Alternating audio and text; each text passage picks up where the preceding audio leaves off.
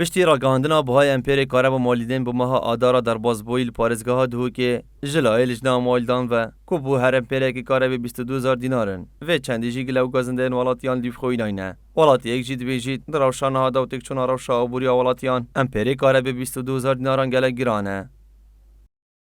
کارا به مالدای گله کی گرانه یعنی دی ویواس ممسمی گله کی گرانه برینگه بابو 12 باب 13 باب وگاف که راز بده 22,000 و وی بشولیه یعنی شول نینه راتب نینه عالم چی بکد یعنی گله کی گرانه وجا تایبل ده که داخواز جهر برپرس کن بسیار خلکی بکن یعنی گله کی گرانه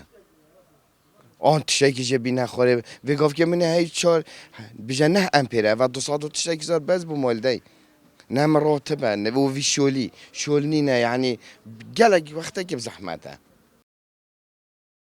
جلای خوب ولاتی یک جید بیجید خلکی هرما کرسان پرانیا وان هزار و دست کرتن دشیان دانین کوی کشم پاره و کریاکارا با مالدی بدن راسي زور نمايجرانه يعني هم فصندنا شعبية دمركرنا شعبية يعني حساب كالمال الفقير يعني دي تشوب ايش بيد في بهايدن كبس بيجنا من دي تشوب ايش بيد يعني تأخير كرنا ايك سرموشي افزرة تأخير كرنا تقال عالم كان هذا حربك ونفسية تقال الشعب خود كان يعني هف حكمتات شد جارسري بينيت وتشد بكت بس ناكد بوش ناكد اسباب توچنه بس في شعب خود امركت والله مع الاسف يعني افعل ما هندا ملتزم بو في حكمتي هندا يا خراجر وهمي تشتهاري كار افرو كامبيري كارب بكتب 22,000 يعني اول دنيا خرينه يعني اول دنيا خرينه بور كم تشين فان دولت هم تگرین همتين یک ثانی کارب ناچید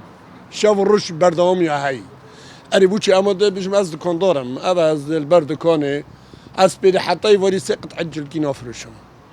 اری مده امبيرت كارب تاين بو في دکانه قلوب مبدرسي هل نابن